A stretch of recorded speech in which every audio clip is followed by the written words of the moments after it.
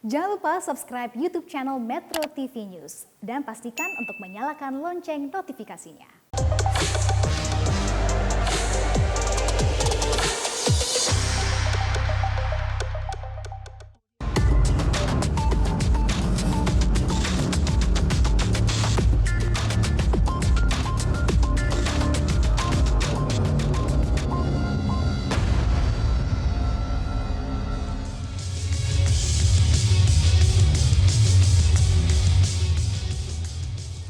Selamat malam pemirsa, Presiden Joko Widodo marah kepada bawahannya, kepada jajarannya, para pembantunya, karena menurut Presiden Joko Widodo mereka masih suka impor.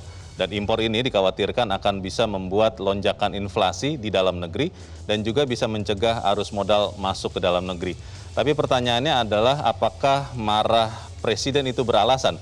Kita akan lihat beberapa data bagaimana memang impor itu melonjak.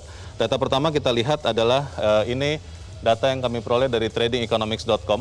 Bagaimana indeks komoditas global dari Standard & Poor's dan Goldman Sachs Commodity Index menunjukkan bahwa komoditas di seluruh dunia, baik itu energi, pangan, dan yang lain-lain, itu sudah melonjak demikian rupa. Kita melihat data dari awal 2020 atau pertengahan, kita masih ada di tengah pandemi COVID, sampai di bulan Januari, Februari tahun 2022 yang sudah melonjak sedemikian rupa. Ini menggambarkan memang ada lonjakan harga komoditas.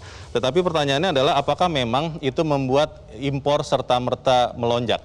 Kita lihat di data berikut bagaimana impor migas dan non-migas Indonesia di bulan Januari sampai Februari 2022 secara total sudah naik 31% dibandingkan Januari Februari 2021 tahun lalu.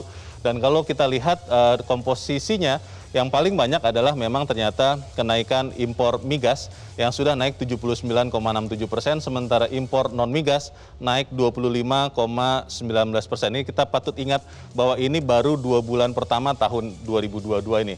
Kita lihat data berikut bagaimana sebetulnya impor Indonesia menurut golongan penggunaan barang.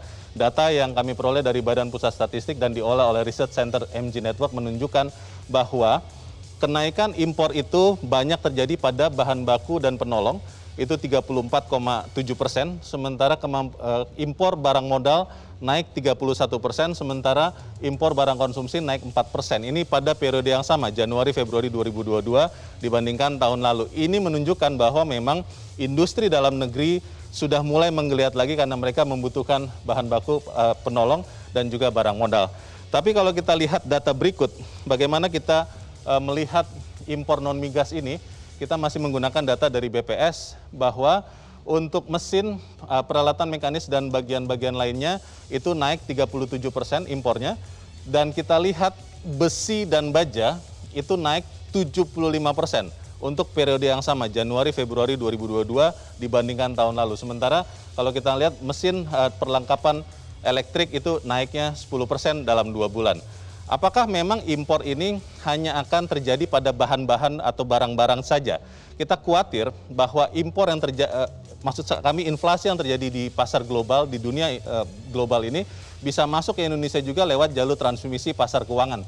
Karena kalau kita lihat data, ini adalah imbal hasil surat utang pemerintah Amerika Serikat 10 tahun sudah naik 2,5% dibandingkan beberapa periode yang lalu. Pertanyaannya adalah apakah kita bisa menjaga agar inflasi ini tidak masuk ke Indonesia di tengah gejolak ekonomi dunia saat ini? Pemirsa, bersama saya Leonard Samosir, inilah Economic Challenges terhimpit gejolak inflasi.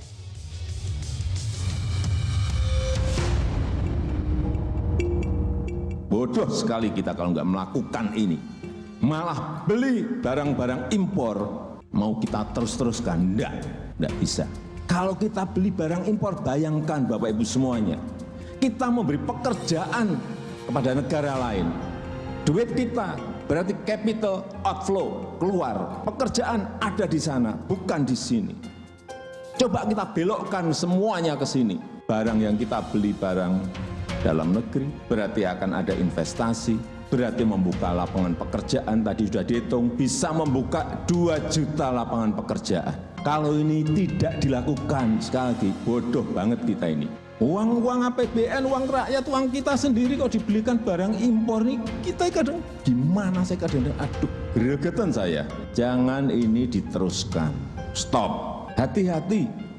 Hal-hal seperti ini semua kita harus ngerti. Yang nanti titik akhirnya kenaikan inflasi.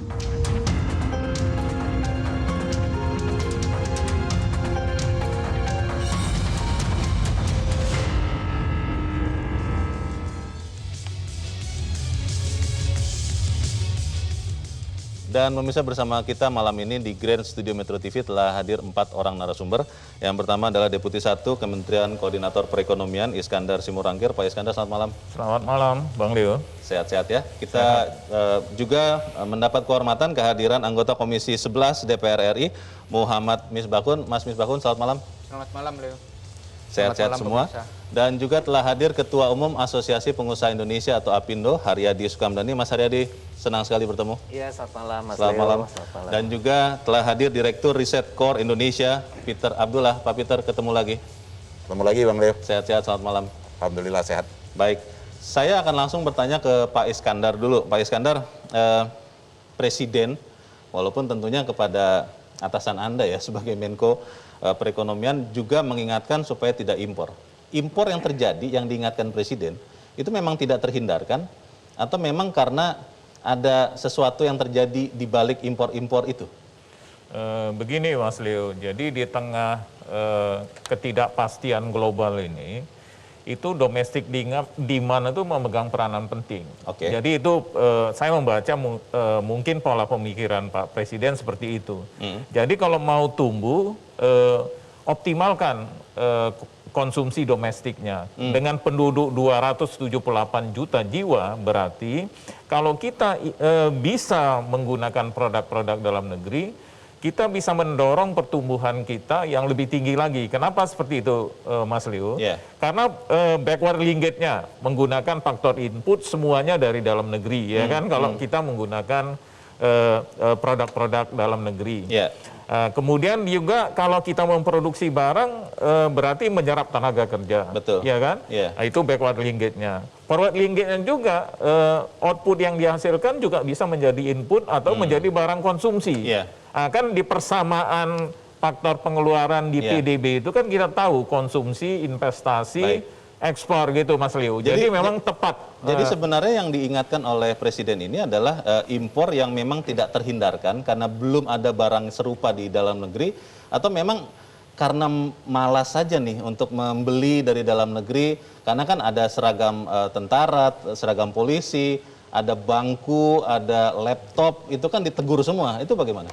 Itu justru itu yang Bapak Presiden menginginkan. Hendaknya kita mengkonsumsi barang-barang yang sudah dihasilkan di dalam negeri, ya kan? Okay. Kalau memang bahan baku misalkan tidak kita menghasilkan, Yeah. Itu malah bagus untuk mendorong ekonomi kita, Yeah. karena itu bisa digunakan sebagai barang jadi nantinya, yang nilai tambahnya jauh lebih besar, Yeah. Mas Leo. Yeah. Tapi kalau barang jadi, itu masih ada yang malas berarti?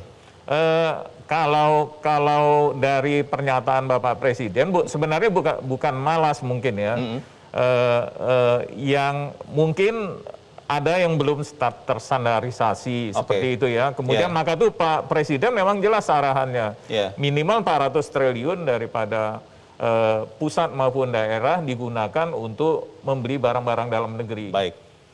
Pak Mas Haryadi, kalau bicara tadi ada data ya memperlihatkan memang impor kita meningkat. Itu baru 2 bulan tahun ini. Impor baja itu 75% naiknya, Mas Haryadi. Apakah memang barang-barang yang diimpor itu semuanya tidak diproduksi di dalam negeri, atau memang harga dalam negerinya tidak begitu bagus, atau konsistensinya tidak begitu bagus, atau seperti apa? Jadi kalau kita tadi lihat ya datanya, kan memang sebetulnya menunjukkan barang-barang yang dipakai untuk bahan baku dan barang modal. Betul. Ya. Nah, kalau kita bicara baja itu bisa juga masuk dalam salah satu kelompok itu dua-duanya gitu ya. Nah, jadi kalau kita melihat yang jelas bahwa barang yang masih diimpor itu relatif adalah memang barang-barang yang sebetulnya di sisi produksi di Indonesia itu tidak mencukupi, Mas. Jadi itu yang sebetulnya. Jadi baja itu masih kurang ya di Indonesia? Masih kurang, kenyataannya begitu. Ya katanya di situ, di samping memang juga ada faktor juga mengenai harga ya. Tapi menurut saya kalau harga sebetulnya relatif kan industri kita juga mendapatkan proteksi sebetulnya ya, sebenarnya ada insentif ya, ada insentifnya. Jadi sebenarnya sih nggak, jadi lebih dipicu oleh ketidakcukupan oleh bahan baku. Jadi saya ambilkan contoh aja misalnya tembakau. Tembakau itu kita masih kapasitas nasional itu hanya kira-kira 60%. Mungkin nanti Mas Kun tahu juga masalah tembakau. 40% masih terpaksa impor. Lalu juga susu. Susu itu 70-80% masih impor. Jadi ini memang ada permasalahan di sisi produksi kita yang memang harus kita dorong ya. Gitu. Baik, Pak Peter, sebetulnya kenaikan harga itu terjadi sekarang karena memang dunia sedang pulih dari pandemi, termasuk Indonesia, atau memang karena banyak gangguan-gangguan lain. Yang terakhir kan perang Rusia-Ukraina. Persisnya seperti apa harga-harga naik ini? Jadi ini kenaikan harga yang terjadi sekarang ini merupakan hasil dari banyak faktor. Ya. Karena kalau kita lihat dari yang tahun lalu itu mulai harga komoditas sudah mulai naik dan itu memicu kenaikan yang lain, barang-barang yang lainnya. Dari tahun lalu ya? Dari tahun lalu kan harga komoditas sudah mulai naik. Dan harga komoditas yang naik itu disebabkan juga oleh sudah mulai pulihnya beberapa ekonomi, terutama ekonomi negara-negara maju seperti Cina, Amerika yang sudah mulai pulih pada tahun 2021. Sehingga mereka menyedot semua komoditas itu. Permintaan di global itu meningkat dan kemudian memunculkan kenaikan harga secara global. Dan sekarang ini ditambah lagi dengan gangguan di supply chain ya akibat dari kisruh atau permasalahan geopolitik ya, utamanya kalau kita lihat di bulan-bulan terakhir ini adanya perang di Ukraina. Jadi ini semuanya terakumulasi menyebabkan semua harga yang menjadi naik karena pasokan di pasar global itu menjadi terhambat. Baik, Mas Misbahkun, kalau melihat angka impor yang naik ya, dan tadi kan ada datanya seperti dikonfirmasi Mas Haryadi, itu bahan baku penolong dan barang modal. Sebenarnya impor ini tidak terelakkan dan merupakan tanda yang bagus karena kita ekonominya sudah mulai pulih, atau memang wajar ditegur oleh Presiden begitu rupa? Gini, tentunya Pak Presiden Jokowi mempunyai data. Beliau bicara sangat detail dan tidak mungkin seorang presiden menyampaikan bahwa impor di sektor ini, bagian ini, kemudian kementerian ini, kementerian itu mempunyai ekspor dan data itu sangat detail. Artinya presiden mengingatkan bahwa sepanjang itu ada produk-produk tersebut diproduksi di dalam negeri, apalagi berkaitan supply chain-nya dengan UMKM, lebih baik pilihannya itu. Sebenarnya pelajaran yang paling penting dari teguran presiden itu adalah untuk lebih berpihak kepada produk-produk dalam negeri.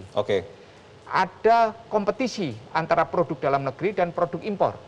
Kalau kompetisi itu levelnya masih sedikit atasnya, impor ini masih walaupun lebih bagus, tapi dalam negerinya tidak terlalu beda tipis, ya kita harus memilih. Ini kan masalah afirmasi. Karena apa? Situasinya sedang sulit, recovery ekonomi harus didorong oleh domestik, dan domestik ini akan mendorong, berikan pertumbuhan dan memberikan dampak kesejahteraan kepada rakyat. Harus ada prioritas begitu ya? Prioritas lah. Ini sebenarnya masalah afirmasi kebijakan. Jangan sampai misalnya ada produk impor kelas yang tertentu yang tidak terlalu primer, tapi elementer, ya dalam negeri dong. Apalagi itu melibatkan UMKM. Ini adalah masalah keberpihakan. Keberpihakan ini harus datangnya dari mana? Ya pengambil kebijakan. Dan ini cara pengingat yang luar biasa datang dari Pak Presiden secara langsung. Terima kasih. Masalahnya inflasi di dunia memang sedang melonjak begitu rupa pemirsa. Amerika sedang menghadapi inflasi yang tertinggi dalam 40 tahun. Apakah Indonesia bisa kebal daripada inflasi yang mungkin akan terimpor? Kita akan bahas di bagian berikut Economic Challenges. Segera kembali.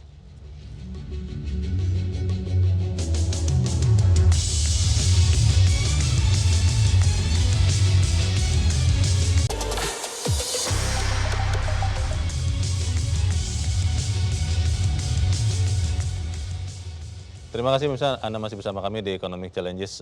Di awal tahun ini kita terkaget-kaget karena batu bara sempat dilarang ekspor. Karena kalau tidak dilarang ekspor, maka listrik bisa padam. Itu juga gara-gara lonjakan harga komoditas.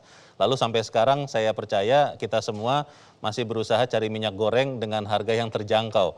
Pertanyaannya adalah gejolak harga yang terjadi karena kondisi global ini, apakah bisa benar-benar ditahan? Saya ingin ke Mas Haryadi, kalau bicara kenaikan semua bahan baku ya, makanan, energi, pengiriman, logistik, itu pengusaha bisa tidak menahan supaya harga produknya itu tidak naik lagi kepada masyarakat?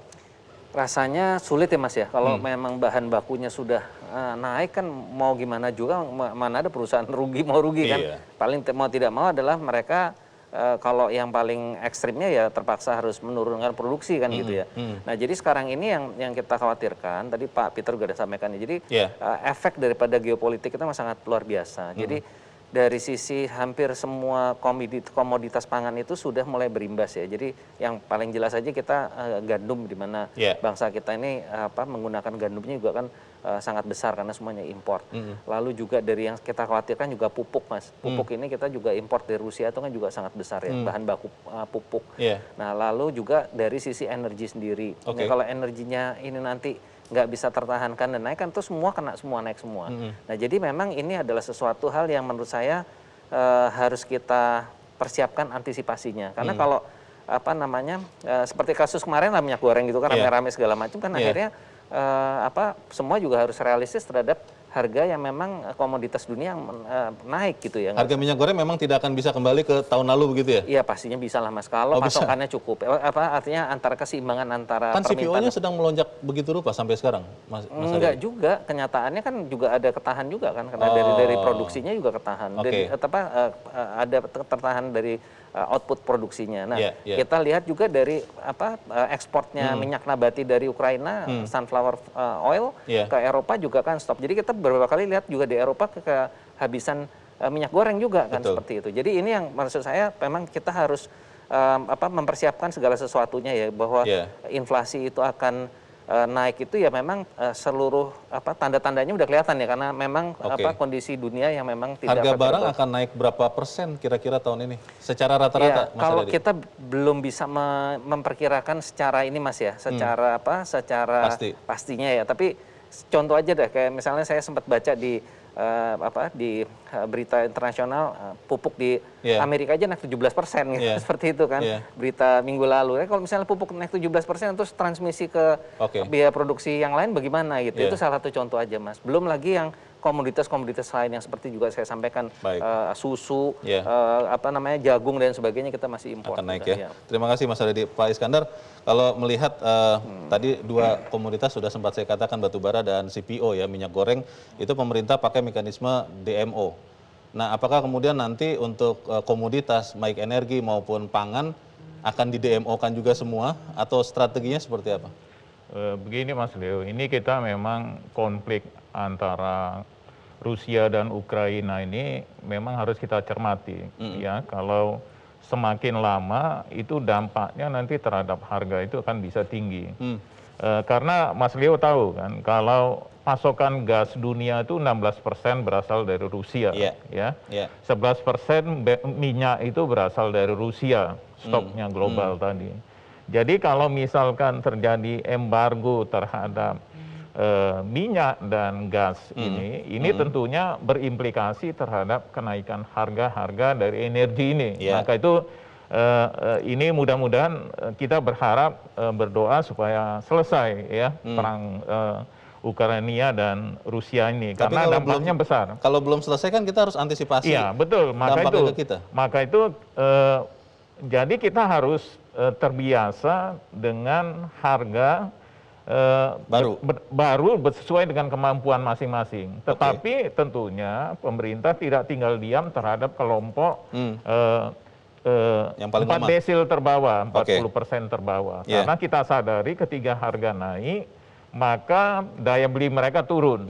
Jadi memang ini semua pemerintah lagi mempersiapkan segala kebijakan-kebijakan yang tentunya nanti kata akhirnya ada di Pak Presiden, ya, Bapak Menko nanti yang mereka memutuskan kebijakan mana yang paling tepat. Tapi memang seluruh dunia menghadapi permasalahan yang sama, Mas Leo. Pak Iskandar, contoh sederhana saja minyak goreng.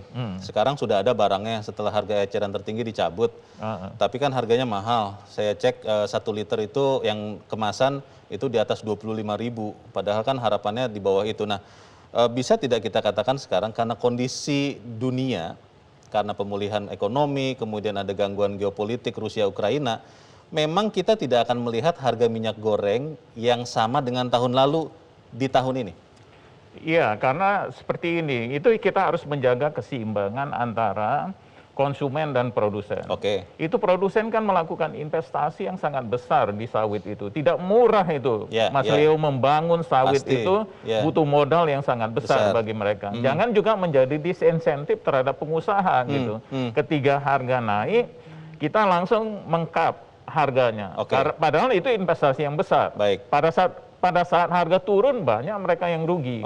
Maka itu solusinya memang yang mampu serahkan aja kepada harga keekonomiannya. Harga pasar. Harga keekonomian, ya. Tepatnya harga keekonomian. Jadi berarti di situ keuntungan yang wajar, Mas Leo. Jadi itu harus kita biasakan juga. Tapi kita nggak mau juga berdasarkan harga pasar, karena kalau harga pasar kan nanti margin keuntungan monopolinya terserah kepada produsernya gitu. Maka itu kenapa kebijakan pemerintah adalah harga keekonomian. Berarti keuntungannya ada mendorong investasi. Berarti otomatis inflasi akan melonjak tahun ini ya? Karena kan harga keekonomian itu semua naik nih sekarang.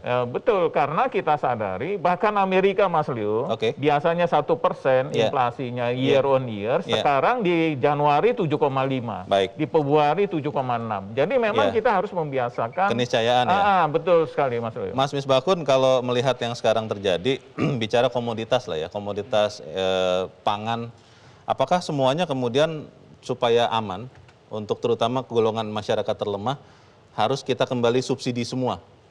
Gini, kalau kita bicaranya subsidi, maka akan memberikan tekanan secara fiskal kepada APBN. Nah, transmisinya kan kebijakan dulu. Karena biasanya kalau subsidi itu alokasinya itu kan ditentukan pada saat APBN sedang disusun. Betul. Nah, ketika APBN sudah disusun dan sedang berjalan terhadap situasi yang volatile, ya kan, dan mempengaruhi kebijakan, maka subsidi ini kan sudah teralokasi. Dan subsidi yang ditentukan di tengah jalan ini kan harus membicarakan dengan banyak pihak yang berkepentingan. Karena kalau alokasi subsidi menggunakan APBN, maka ini kan butuh persetujuan politiknya. Nah, kalau kemudian ada mekanisme subsidi dengan menggunakan mekanisme anggaran yang berbeda dan tidak masuk ke APBN, itu berbeda perlakuannya. Lah, masalahnya subsidi ini nanti untuk siapa? Untuk siapa? Ujungnya. Ingin menyelamatkan situasi sesaat, itu akan bisa memperbaiki, tetapi penggunaan subsidi untuk siapa?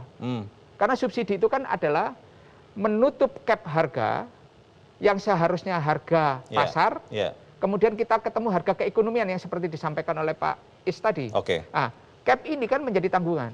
Apakah kita membiarkan itu lama subsidi, terus kemudian market mechanism supply and demand-nya itu equilibrium-nya tidak kita ikuti, atau gimana? Lah, kebijakan ini kan situasional, diantisipasi, apa berikutnya terus akan berlanjut dengan subsidi. Kan ini kan menjadi market distortion. Terjadi distorsi pasar yang tidak boleh dilakukan oleh pengambil kebijakan. Karena fase setelah subsidi ini kan harus fase yang normal. Nah, fase yang normal ini harus dibikin oleh policy.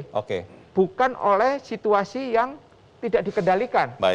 Nah, policy yang bagus itu adalah market mechanism, kombinasi dengan policy akan menghasilkan sebuah situasi yang merejus gejolak. Volatilitas itu selesai ketika policy kombinasi dengan pasar membuat situasi yang bergejolak menjadi diredakan. Baik, Pak Peter, kita kan tidak lama lagi masuk bulan puasa dan Lebaran yang secara tradisional akan melonjakkan harga-harga. Tapi di saat bersamaan tadi Mas Misbahkun sudah menyinggung, anggaran kita kan sedang dipersiapkan untuk tidak selebar atau sebesar defisit pada saat kita melawan COVID.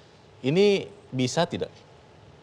Ya, jadi kalau dari pembicaraan tadi, yang sudah bisa kita simpulkan kan adalah inflasi itu adalah sebuah keniscayaan. Akan naik. Pasti terjadi. Dan sebaiknya, dan dikonfirmasi oleh Pak Iskandar tadi, itu adalah kita tidak akan melawan itu.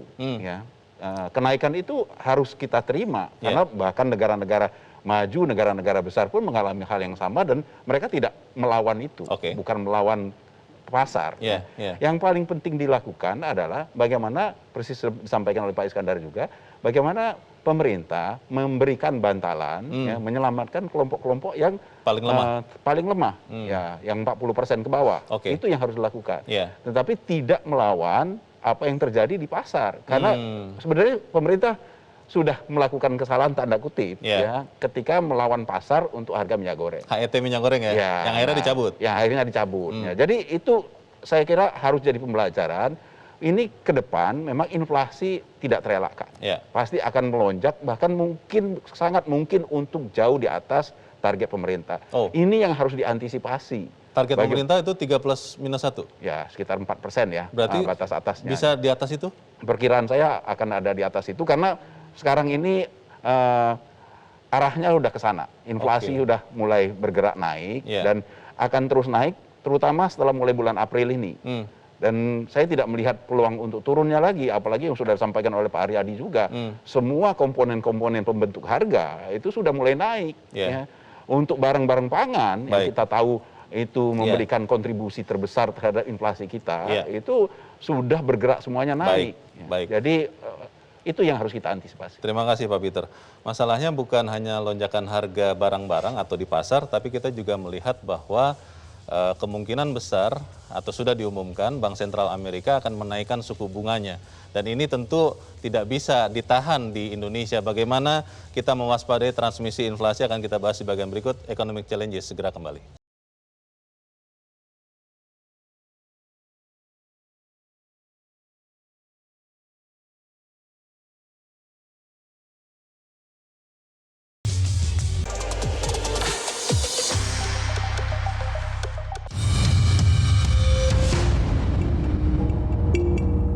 Bodoh sekali kita kalau nggak melakukan ini.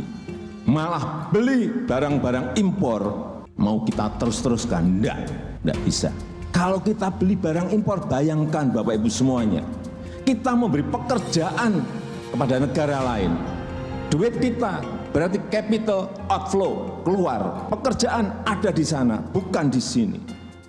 Coba kita belokkan semuanya ke sini. Barang yang kita beli barang dalam negeri, berarti akan ada investasi, berarti membuka lapangan pekerjaan, tadi sudah dihitung, bisa membuka 2 juta lapangan pekerjaan. Kalau ini tidak dilakukan, sekali lagi, bodoh banget kita ini.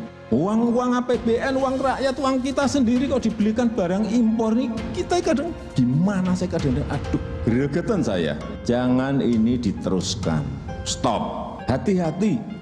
Hal-hal seperti ini semua kita harus ngerti. Yang nanti titik akhirnya kenaikan inflasi.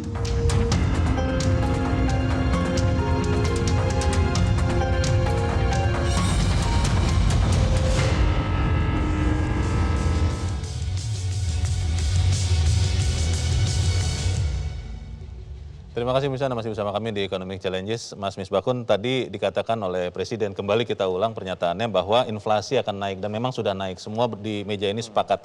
Pertanyaannya adalah bagaimana kemudian kalau itu terus terjadi, kan kita juga harus mengantisipasi itu. Kalau kemudian Bank Sentral Amerika menaikkan terus suku bunganya, Bank Indonesia kan mau tidak mau akan menaikkan juga suku bunganya dan itu akhirnya membuat Mas Haryadi dan teman-teman pengusaha akan susah juga. Mau pinjam uang ke bank jadi susah juga. Bagaimana Mas Misbakun? Jadi gini, dampak inflasi ini bisa kita ukur dari 2 tempat. Sisi moneter dan sisi fiskalnya. Sisi moneter kita akan melihat seberapa besar tingkat suku bunga yang ditetapkan di dalam 7-day repo rate-nya. Dan itu akan tertransmisi menjadi lending rate kita di perbankan untuk kredit ke sektor industri, usaha. Berikutnya adalah di sisi fiskalnya. Fiskal ini kan kita tahu ada patokan inflasi di asumsi makro, itu akan berapa? Kita tadi sudah disebutkan oleh Pak Peter, 3% plus minus 1. Artinya maksimumnya di angka 4. Dan kita tidak pernah mengantisipasi pada saat disusunnya APBN ini, kan konflik Ukraina sama Rusia ini kan belum terjadi. Dan kita tidak pernah memperkirakan. Karena apa? Selama COVID kita bisa mengkontrol inflasi sangat bagus. Bahkan realisasi inflasi tahun 2021 itu cuma 1,5%. 56%. Sangat rendah. Tetapi di periode Februari kita sudah ketemu angka 2%. Artinya apa? Kita harus mengantisipasi. Nah, antisipasinya seperti apa? Contoh, ada lagi ICP kita yang dipatok di 6,63%. $63 untuk harga minyak kita. Harga minyak mentah Indonesia. Sementara kita ada subsidi di sana untuk BBM. Kemudian ada lagi yield suku bunga kita. Karena jalur inflasi krisis ini, kalau jalur sektor keuangan, itu akan memberikan dampak terhadap apa? Yield suku bunga kita. Kredit swap kita juga akan naik. Kemudian yield surat utang kita akan naik. Nah, seberapa besar kenaikannya? Dan ini kan tentu akan memberikan dampak terhadap defisit kita. Obatnya apa kira-kira, Mas Misbakun? Apakah dengan Bank Indonesia menaikkan suku bunga itu cukup untuk menahan gejolak inflasi ini? Gini, ada dampak yang real di masyarakat, di inflasi inti, itu tentu melalui pertama, apakah itu volatile food atau administrative price inflation. Nah, kalau administrative price inflation itu kan ditentukan oleh polisi pemerintah. Kalau volatile food itu kan ditentukan oleh mekanisme pasar, yang tadi grain, impor, kedelai dan sebagainya. Ini pasti market mechanism. Dan pemerintah tinggal membatasi apakah misalnya kenaikan minyak goreng dan sebagainya. Nah, inilah kebijakannya seberapa jauh kita bisa mengintervensi. Nah, kalau yang berkaitan dengan administrative price, ini kan semuanya ada di dalam polisinya pemerintah. Nah, ini semuanya belum terantisipasi di dalam APBN yang kita susun di saat kita belum menghadapi situasi Ukraine itu. Dan recovery ekonomi yang sangat cepat pasca COVID ini juga memberikan tarikan terhadap apa? Permintaan, demand pull. Demand pull ini menyebabkan apa? Kemudian cost push karena supply yang terganggu karena adanya konflik Rusia tadi. Nah, ini semuanya harus diantisipasi di kebijakan. Terima kasih Pak Iskandar. Ini sudah terantisipasi oleh pemerintah tidak? Kita memang di meja ini tidak ada Bank Indonesia, tapi kan harusnya kan kerjasama Komite Sistem Stabilitas Sistem Keuangan kan sangat baik itu sekarang ini. Itu bagaimana Pak Iskandar? Saya pikir gini Mas Leo, jadi nggak selalu ketika Federal Reserve menaikkan suku bunga, Bank Sentral juga menaikkan suku bunga. BI ya, Bank Indonesia. BI. Kebijakan yang dilakukan oleh Pak Peri, Gubernur Bank Indonesia, di bawah kepemimpinan Pak Peri, Gubernur Bank Indonesia, itu menurut saya udah bagus sekali. Permasalahan sekarang itu kan adalah sekarang likuiditas kita melimpah, ya kan? Likuiditas kalau melimpah ini bisa lari kemana-mana ketika terjadi kenaikan harga, misalkan ya. Ketika demand-nya kita lepas, mobility kita lepas, ya, kita longgarkan kebijakan COVID-nya, mobilitas kan meningkat, sehingga demand akan meningkat, Mas Leo. Seharusnya supaya tidak mengganggu ekonomi, seperti langkah yang dilakukan oleh Bank Indonesia sekarang, menaikkan GWM, karena itu langkah yang brilian menurut saya ya, karena supaya dikunci likuiditasnya berkurang, tidak lari kemana-mana, nggak lari kemana-mana, tanpa merugikan dengan naiknya cost of fund tadi. Menurut saya apa yang dilakukan oleh Pak Peri ini bagus sekali ya. Jadi ini memang yang paling optimal di tengah ekses likuiditas yang begitu besar, maka harusnya likuiditas ini dikunci dulu gitu ya.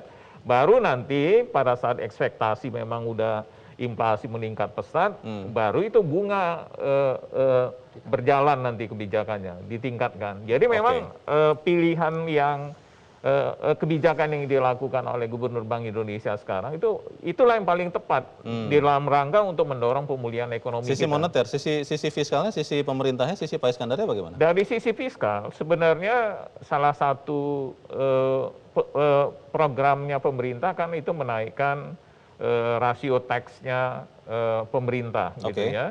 Kemudian basis perpajakan kan diperluas. Termasuk dengan PPN yang jadi 11% ya, tadi, beberapa hari lagi ya. Termasuk juga kita dalam rangka untuk lingkungan yang lebih baik, carbon tax, Mas Leo. Jadi diharapkan nanti dengan basis perpajakan yang begitu luas, di mana pajak itu tepat sasaran, maka sustainabilitas fiskal kita itu menjadi lebih bagus. Itu tercermin dari kalau kita lihat aja keseimbangan primernya. Baik. Itu jauh semakin bagus, Mas Leo. Terima kasih Pak Iskandar. Mas Haryadi, kalau pemerintah mau mengamankan kondisi keuangan, tadi Pak Iskandar sudah katakan salah satunya adalah memperluas basis pajak. Ini kan berita buruk untuk pengusaha tentunya. PPN dari 10 menjadi 11% saja kan tidak mudah untuk ditanggungnya. Kalau pengusaha melihat kondisi yang sekarang terjadi, ada ancaman inflasi yang begini besar, seperti apa melihatnya Mas Haryadi? Ya, jadi kalau terkait dengan masalah perpajakan, saya rasa sudah disampaikan juga kan bahwa untuk yang barang-barang strategis dan lain sebagainya itu kan tidak dipungut, tidak dipungut. Jadi, atau ditanggung pemerintah. Jadi kalau menurut pandangan kami, kalau efek daripada PPN mungkin tidak terlalu signifikan ya. Yang justru signifikan itu adalah kondisi komoditi, Mas. Ini yang perlu kita cermati. Dan sebetulnya juga saya ingin melengkapi saja apa yang disampaikan oleh Pak Iskandar tadi, masalah langkah-langkah yang diambil oleh BI, salah satunya menurut saya adalah yang juga cukup strategis adalah melaksanakan local currency settlement dengan China ya. LCS itu dengan China itu 104 miliar dolar loh itu. Jadi kita berharap justru pemerintah, dunia usaha yang terutama yang berhubungan sama China ya, itu benar-benar menjalankan LCS itu secara konsisten. Jadi kalau saja itu bisa kita convert 50% itu sudah 52 miliar dolar sendiri, Mas. Jadi itu sesuatu banget. Jadi itu jadi sesuatu yang bisa menstabilkan nilai tukar kita. Dan kalau nilai tukar kita itu stabil kan ya nggak perlu juga bunganya dinaikkan ya. Jadi ini juga menurut saya sosialisasi yang harus didorong. Hanya memang LCS dengan China ini ada satu kendala, yaitu harus dilengkapi dengan underlying dokumennya, Mas. Nah ini kita berharap masalah underlying dokumen ini sebaiknya dihilangkan, karena kalau transaksi yang kecil-kecil disuruh nyiapin dokumen susah kan sekali ya. juga repot. Birokrasinya tidak tertangani. Terima kasih gitu, Mas Haryadi. Pak Peter, kalau Mas Haryadi masih bisa saya lihat agak tersenyum ya, walaupun matanya penuh pikiran begitu. Tapi nggak usah lihat orang pakai masker gimana? Terlihat dari matanya. Tapi Pak Peter, kalau melihat kondisi yang sekarang di Indonesia, dilihat dari sisi fundamental dan makro prudensial, seberapa kuat ekonomi Indonesia menghadapi gejolak harga semuanya, termasuk kondisi geopolitik Rusia-Ukraina yang kita belum tahu kapan akan berhenti perangnya itu? Kalau sampai sejauh ini, Indonesia itu boleh dikatakan termasuk yang terbaik di dalam mengelola ekonomi makro. Masih tahan? Di tengah pandemi dan di tengah gejolak perang Ukraina. Ya, ini menurut pengamatan saya seperti itu, dengan indikator-indikator yang sangat jelas terlihat. Ya. Selama pandemi, ya, inflasi kita terjaga, ya, walaupun komoditas sudah mulai naik, mulai dari akhir tahun 2020, ya, udah mulai naik, tapi inflasi kita terjaga. Ya. Kemudian kondisi fiskal kita relatif sangat terjaga, ya. Defisit kita terjaga, lonjakan kita tidak sejauh negara-negara lain lonjakan defisitnya, yang artinya seperti kata Pak Iskandar tadi, kita mampu mengelolanya dengan defisit yang terjaga baik. Ya.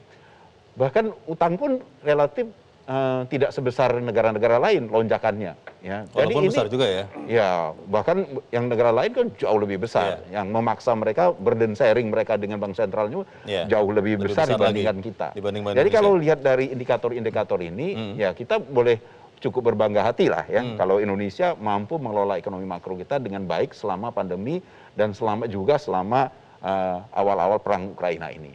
Nah, tapi yang mungkin yang sekarang ini yang kita tunggu, karena periode yang lalu ya, inflasi yang sangat terjaga karena memang dari sisi demand-nya rendah dan terlihat di inflasi kita yang sangat rendah itu karena inflasi inti kita yang sangat turun. Karena orang banyak tidak berbelanja waktu itu. Iya, jadi demand-nya sangat turun dan kemudian pemerintah juga menjaga diri tidak melakukan administrative price ya, tidak menaikkan harga-harga tertentu dan kemudian diimbangi dengan kebijakan memenuhi supply dari barang-barang pangan. Tapi sekarang ini tantangan yang sesungguhnya sekarang akan kita hadapi ini, di mana gejolak terjadi kenaikan harga komoditas yang jauh lebih tinggi ya, dikarenakan adanya perang Ukraina dan kemudian terjadinya shock di global supply chain dan ini benar-benar memaksa kita akan menghadapi fenomena inflasi yang jauh lebih tinggi ya, dan itu harus direspon dengan kebijakan yang tepat Oke. Tadi sudah disampaikan oleh Pak Iskandar, bagaimana BI harus merespon, bagaimana fiskal juga harus merespon. Ini tantangannya ada di sana. Bagaimana respon itu akan kita bahas di bagian berikut, Pak Peter, dan pemirsa tetap bersama kami. Economic Challenges segera kembali.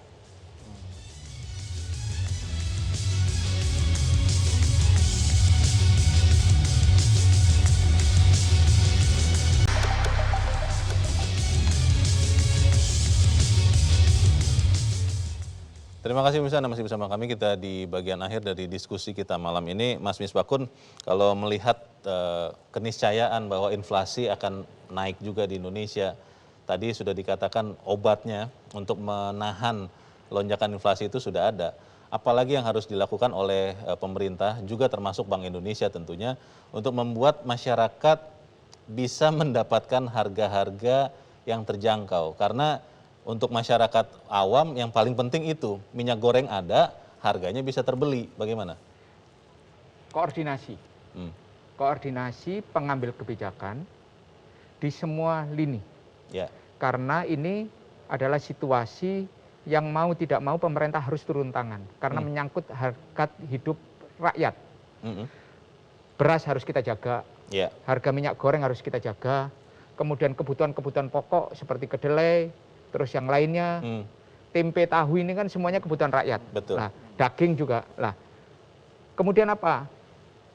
Kebutuhan dunia yang mulai pulih, ini kan juga mulai rebutan. Global supply chain dan sebagainya, tapi kan kemudian jalur logistiknya terganggu oleh situasi geopolitik. Nah, pemerintah harus mengantisipasi dari sisi regulasi dan kemudian distribusi ke masyarakat. Nah, antisipasi ini yang tidak boleh kemudian terganggu. Mana yang kebutuhan-kebutuhan dipenuhi oleh produksi dalam negeri dan mana yang diimpor, ini harus benar-benar diamankan. Diamankan misalnya contoh, kalau kedelai harus impor, impornya dari mana dan dilakukan oleh siapa. Dan ini harus jelas. Kemudian daging juga, kalau lokal-lokal dari mana dan sebagainya. Beras juga demikian, produksi dalam negeri kita berapa dan sebagainya. Itu harus dihitung secara detail supaya kita bisa mengantisipasi. Pertama, ini menjelang puasa Lebaran. Jangan sampai menjelang puasa dan Lebaran konsentrasi orang bukan ke ibadah tapi kepada lonjakan harga. Nah, ini yang harus dilakukan. Koordinasi ini harus seluruh inbody pemerintahan. Di bank sentral bagaimana, di fiskal bagaimana, dan kemudian di perdagangan bagaimana, dan kemudian di semua lininya, produksinya, dan industrinya. Lah, perkebunannya seperti apa? Ini harus dikumpulkan menjadi sebuah policy yang terorganisir, orkestrasinya seperti apa, dan rakyat merasakan manfaatnya. Baik, terima kasih Mas Misbakun. Mas Haryadi, sempat disebut-sebut bahwa harus ada yang diganti di kabinet, reshuffle, karena minyak goreng, barang-barang itu tidak tersedia. Itu kira-kira akan bisa menyelesaikan masalah atau dalam kondisi sekarang tidak? Ya tentunya kan tadi disebutkan ya oleh Mas Misbakun, Pak Iskandar juga, memang kan akhirnya policy itu yang harus disiapkan dengan tepat gitu ya. Tadi Pak Iskandar waktu off-air gue bilang, tapi itu kerjaan dari eselon 1 juga banyak pengaruhnya tuh kan kira-kira. Tapi kan at the end kan memang akhirnya kan kepada pengambil kebijakannya, menterinya. Jadi memang tentunya saya tidak memasuki wilayah ini reshuffle atau enggak, karena itu kan prerogatif presiden ya. Tapi tentunya presiden mempunyai perhitungan-perhitungan tersendiri terkait dengan itu tadi, pengambilan kebijakan yang tepat bagaimana. Apalagi ini kebijakannya agak berbeda dengan sebelum pandemi ya. Kita sekarang punya keterbatasan anggaran dan sebagainya. Jadi memang akhirnya saya rasa keputusan dari presiden lah nanti bagaimana. Karena yang jelas kalau dieksekusinya itu kurang pas, memang kita akan menjadikan ini menjadi liar karena tekanan globalnya juga besar. Baik, terima kasih Mas Haryadi. Pak Peter, sudah bergerak harmoniskah otoritas fiskal dan moneter untuk menghadapi ancaman gejolak inflasi ini? Kalau dilihat dari sejauh ini, koordinasi antara Tamrin dan Banteng itu sangat baik. Sangat baik. Tinggal kita tunggu nih yang dengan tantangan baru ini akan seperti apa. Tapi yang ingin saya lebih soroti, Bang Leo, adalah justru utamanya bukan di moneter, tetapi di sisi pemerintah. Karena kan ini permasalahannya sudah sangat jelas. Permasalahan sudah sangat jelas, tantangan sudah sangat jelas, tetapi persiapannya bagaimana? Persiapan kita mengantisipasi kebijakan apa yang harus diambil dan bercermin dari kesalahan di masa lalu, seharusnya ini persiapannya harus benar-benar matang. Kementerian Teknis maksud Pak Peter? Ya, Kementerian Teknis yang mulai dari kebijakannya, komunikasinya, nah itu harus dipersiapkan dengan sangat matang agar supaya seperti disampaikan oleh Pak Misbakun juga, jangan sampai masyarakat itu menghadapi permasalahan yang berlipat.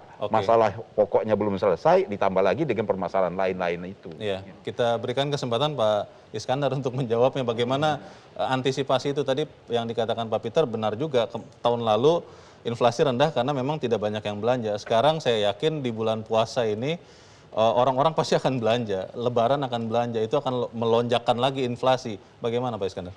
Jadi sebenarnya ada dua hal untuk mengantisipasi ketidakpastian global dan kenaikan harga, Bang Leo ya. Pertama kalau terkait dengan kenaikan harga, itu memang harus disediakan bantalan untuk masyarakat kelompok terbawah, 40% terbawah. Itu sudah dilakukan ya? Itu memang ke arah sana itu harus dilakukan. Kemudian harus ada kerelaan juga bagi masyarakat yang mampu gitu untuk sharing, burden sharing atas kenaikan harga itu dengan kerelaan mereka. Ya, jangan ambil barang yang untuk rakyat lemah. Betul sekali. Diambil. Jadi memang itu harus ada kesadaran ke arah seperti itu. Dalam kondisi kita yang sulit tadi, mari kita bergandengan tangan nih semuanya ya. Kelompok yang mampu, ya udah membantu negara lah. Karena nanti kan ketika ekonominya tumbuh tinggi, mereka kan juga nanti yang mendapatkan menikmati income yang besar, Mas Liu. Tetapi memang yang kedua, saya sangat setuju tadi dengan Bapak Presiden. Di tengah ketidakpastian global, harga-harga naik seperti itu ya, perang Ukraina dan Rusia yang kita juga nggak tahu akhirnya, maka harus memberdayakan ekonomi domestik dalam negeri. Maka tuh produk-produk domestik perlu kita dorong untuk kita konsumsi supaya ekonomi kita bisa tumbuh, penyerapan tenaga kerja kita bisa meningkat sehingga pengangguran bisa menurun. Ini kan jadi bantalan juga, Mas Leo, untuk orang-orang yang kelompok 40% terbawah. Demikian. Bang Leo. Terima kasih Pak Iskandar, semoga kita bisa sama-sama mengencangkan ikat pinggang karena kita masuk ke turbulensi ekonomi. Mas Misbakun, Pak Iskandar, Mas Haryadi, dan Pak Peter, terima kasih sudah hadir di tempat ini. Dan pemirsa, inilah Economic Challenges untuk malam ini. Terima kasih Anda sudah menyaksikan. Saya Leonard Samosir, selamat malam, sampai jumpa.